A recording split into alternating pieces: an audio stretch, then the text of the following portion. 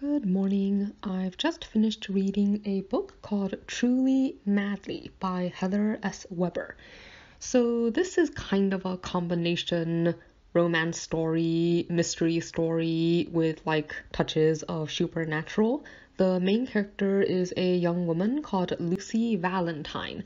So her entire family has an unusual ability to see people's auras, and they use it to help matchmake people. Like they have a matchmaking company that their family has owned and run for quite a long time that has like a really high success rate. Only unlike the rest of her family, Lucy lost her ability to see auras when she was about 14 because of an electrical accident. Like since then, her talents have been somewhat different from the rest of her family. Like instead of being able to see auras, she can find lost things, like nothing alive, just objects. So basically when she touches a person's hand, if that person is thinking about something that they lost, then she can I guess see visions and stuff to help her find like whatever it is. Only main stipulation is that the object has to belong to the person who is thinking about it. So she wouldn't be able to use it to say find lost treasure or something, since it doesn't actually belong to the treasure hunters. So at the start of this story, her father, because of some bad publicity, decides to go on vacation and asks her to take over their matchmaking business while he's away. Because I guess one of the ironic things about them is that even though they're really good at pairing other people off, they actually have a really bad track record for their own relationships. It's just that it's not something that they publicize. But anyway, like Lucy ends up having to take over the business, even though she's really unconfident, since she doesn't have the ability to just I guess match people the way that her father does. However, like as she starts to take on like these cases and stuff, she begins to kind of work through what she can do with her talents, and also to find like what direction she wants her own life to take now, since she's always kind of felt, I think, like a failure because she hasn't been able to inherit her father's business, and hasn't been able to do what everyone else in her family has done, which means that she's jumped around from odd jobs like dog walking and hasn't actually found like a career for herself.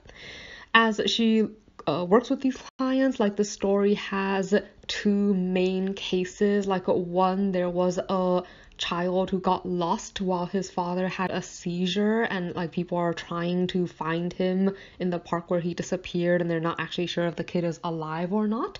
And second, one of her first clients, when Lucy touched his hand, she saw a dead body, and like this sparks this whole search, I guess, for answers. And part of what she ends up deciding to do is possibly starting a business where you actually help people locate their lost loves. So this book is essentially how she gets started on this new direction in her life, as well as some of the relationships that she is trying to build, even though she is really, what does she call it? Has problems, I guess, with commitment because of the fact that relationships historically go bad for her family. I think I did like how the general tone was fairly lively, and there was a good dose of humor in this story. Like I was looking for something more lighthearted, but I think something that I did not like was that for the early half of the story, like a lot of the tensions and conflicts arise from the fact that she's trying to keep her abilities a secret, and I don't entirely understand why she makes a lot of the choices that she makes.